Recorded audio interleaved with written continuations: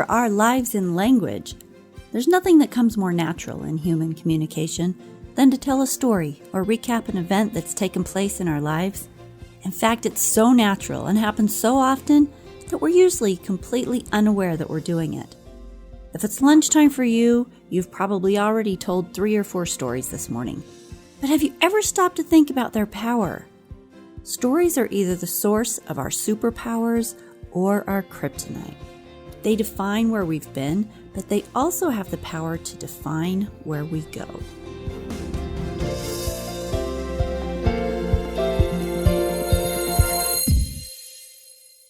Welcome to the Love Your Story podcast. I'm Lori Lee, and I'm excited for a future together of telling stories, evaluating our own stories, and lifting ourselves and others to greater places because of the control we have over our stories. This podcast is about empowerment and giving you, the listener, ideas to work with in making your stories work for you. Power serves you best when you know how to use it.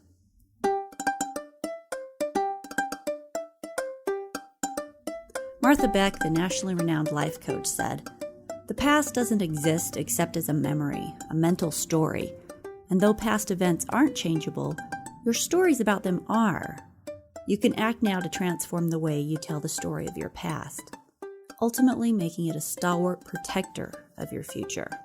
Now, I realize up front that sounds a little bit hokey, but hear out the whole podcast and you'll understand what we're talking about. Since the beginning of time in recorded history, stories have been the means humans use to informally share experiences, right? They share beliefs, identities, and ideologies. It doesn't matter the culture, the country, or the belief system. We are all united by story. If you're human, you understand and you use story. So, during my master's research in the field of folklore, I studied the personal narratives of hikers, bikers, skiers, rock climbers. You get the idea. The things I found, like how we use stories to build our reputations. For example, when one tells a story about riding their mountain bike along a knife-edge mountain trail, they're inadvertently sharing that they're a skilled mountain biker. They use them to share awe, such as retelling of falling asleep under a dark night sky untouched by light pollution and the billions of stars that become visible in that space. Or we use stories to inspire, such as a story of persevering through a difficult snowstorm, right? We use them to define ourselves, to keep ourselves in cages, to make sense of events. The list goes on and on of the functions that we use these personal narratives for. And understanding these and listening to these and seeing how we use them, this piqued my interest because it was fascinating to discover the multitude of things that we subconsciously use story for. The sheer depth of ways we automatically use it to define our very lives, our self-perception, the whole world around us. As I started working on my PhD dissertation research proposal, I found a new angle that piqued my interest as well, and namely, I wanted to research the differences between how we expect our lives to turn out versus how differently they usually turn out. I found in my research an understanding of how our families, genders, cultures, race, economic status, sexual experience and preference, education, etc., set those expectations for each of us, which then went on to highlight how our life expectation and the acceptability of our stories are created by a set of imposed laws that are created by our environment. Do you realize what this means? This means that the very stories that define ourselves to ourselves are actually created from a set of criteria that's completely arbitrary and depends upon where you were born and what that culture defined for you. In one culture, you may be considered a goddess of perfect living, and in a different culture, you might be considered an outcast for the same life. And yet there you are, the exact same person. Should our perceptions of personal value and acceptability be taken seriously in the big picture sense when you can see how open to interpretation, values, and acceptability actually is? As is true with most higher education research, we seek after answers to things that puzzle us, things that we want to make our own peace with, things that we want to understand. And this was no different for me. I was interested in how others expected their lives to turn out, and if it met their expectations, primarily because my life hadn't turned out as I had planned or expected.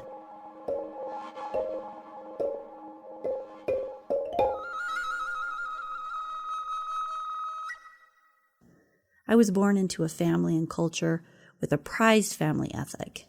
My 3 divorces have been a source of shame and failure for me. Try dating and telling someone you've been divorced 3 times. That never bodes well. I usually tell them 7 times so that when I say, no, not really, just 3, it makes it seem a little bit better. I knew I was a good person despite these horrible experiences that had caused me so much heart-wrenching pain over the years. But it was so far from what I planned. And I had gender expectations, religious expectations, family and cultural expectations. So studying this topic was personal for me. How do we find peace with our stories? Because they are our stories. So personal, so wonderful. They're the only ones we have. And really, we get to write them. As I studied, I learned fascinating things about story. One of the largest discoveries was realizing there's no hard and fast truth to an event. This comes back to Martha's quote earlier, but depending upon whose perspective you look at an event at, the story would be different because of the vastly different lenses that we all look through. Not only is there variety in what our families expect from us, but also in what our religions expect from us. And what we are expected to do if we're male versus female. What if we're born into money? The way we view life will be vastly different than for those who have lived on minimum wage or struggled for their next meal. All these lenses, and we each have a completely different set, color everything we see. So these understandings began to make me uncomfortable. The idea that first-person accounts could often not be counted on opened a lot of doors for reality checks. As I did more research into the research others had done on the topic, I found academics in psychology, in folklore, and social sciences all acknowledging the control that we have in creating our own stories. I noted the concerns of the legal system regarding such things as the reliability of first-person testimony in court. Even the research my thesis professor did on how the mind over time can believe that we were in certain places or experience certain things that we did not if we hear the story or tell a story often enough. Let me share an example with that. So my professor, her name is Lynn McNeil at Utah State University. She told a story in her paper titled, "It Happened to Me, Motivating the Shift from Third to First Person Perspectives in Legends and Personal Narratives." This story that she told was when she was a young girl and she was babysitting. Uncomfortable with answering the door in an unfamiliar home for which she was responsible, sort of the stranger danger, nerve-wracking part of the babysitting adventure. One night the doorbell rang, and she could see that there was more than one person out there. She was really stressed, but she opened the door a little, and right in front of her, at eye level, was this picture. They were holding a magazine open to the center spread, and she just stood there frozen, staring at what she calls a bizarre picture of green rolling hills and a kid playing with a panda. It was the Jehovah's Witnesses proselyting with their Watchtower magazine. Well, years later, she heard her friend tell the story. Only when her friend told it, her friend was telling it as if it had happened to her. How was it possible that they both had memories of it happening to them? Being an open-minded thinker, my professor realized that there was nothing to prove that she wasn't the one who'd created the memory versus her friend being the one who had created it. Had it really been her experience, or had it been her friend's? Both of them swore it was their own. The plasticity of memory is an uncomfortable idea at best. How many people have created memories of things that never happened, or saw something happen to someone else, or in a movie, or over time adopted those memories as their own? To most people, the idea seems ludicrous, maybe something only an unstable mind might wander to, but research shows that it's real. So aside from the terrifying idea that the realities and stories we remember are fluid, ever-changing things as our perspectives and motives, and we'll talk more about the effect motive has on story in future episodes, but the fact that some memories can even just be created, right? This is uncomfortable too. The overarching issue here, though, is that story is not fact. The story of my divorces is told from my perspective. I can focus my story on good things that each man brought into my life. I can focus my story on the horrible betrayals and heart-wrenching events as I see them. I can focus my story in an ever-popular victim mindset, or I can focus my story on what I learned. There are a lot of angles I can choose to take with any story. The question I need to ask is, which one serves me best? Which perception of your stories serves you best? Now, when I say serves, I don't mean establishes your reputation in a certain way. I mean, which one helps empower and build you? Which one helps you to be your best self, to move forward without the encumbrances of hatred and anger and pain? Which one helps you to feel empowered and rich and actively moving forward in your life?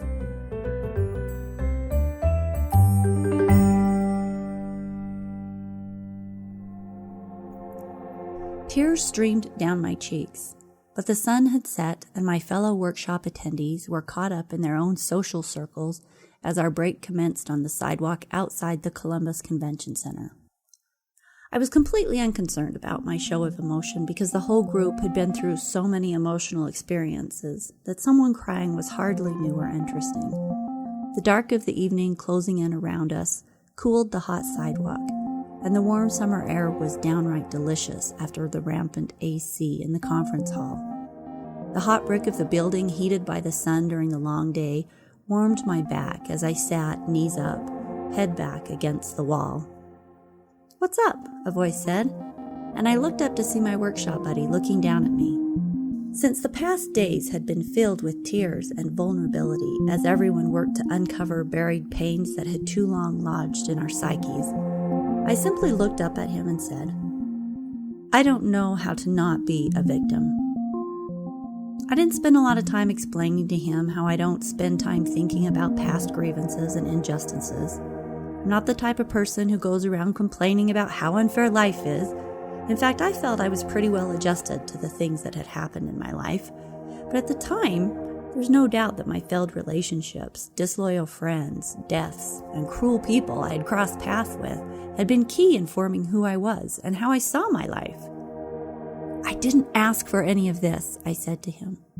"So how am I not supposed to feel victimized when crappy, painful things happen to me due to other people's choices?"